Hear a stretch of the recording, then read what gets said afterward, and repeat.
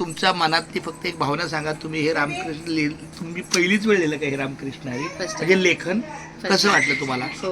खूप छान वाटलं. आणि तुम्हाला तुमच्या मुलीने नामाचा बाजार हे दाखवलं, तुम्हाला काय तुम्हाला काय हे पाहून असं वाटलं सांगा? ह्या नामाच्या बाजारात बघून तुम्हाला काय? तुम्ही जे आध्यात्मिक जे हे काय करता विठ्ठल रुक्माईच्या विषयी किंवा मम्मी पप्पा विषयी, हे खूप बघून खूप छान वाटलं.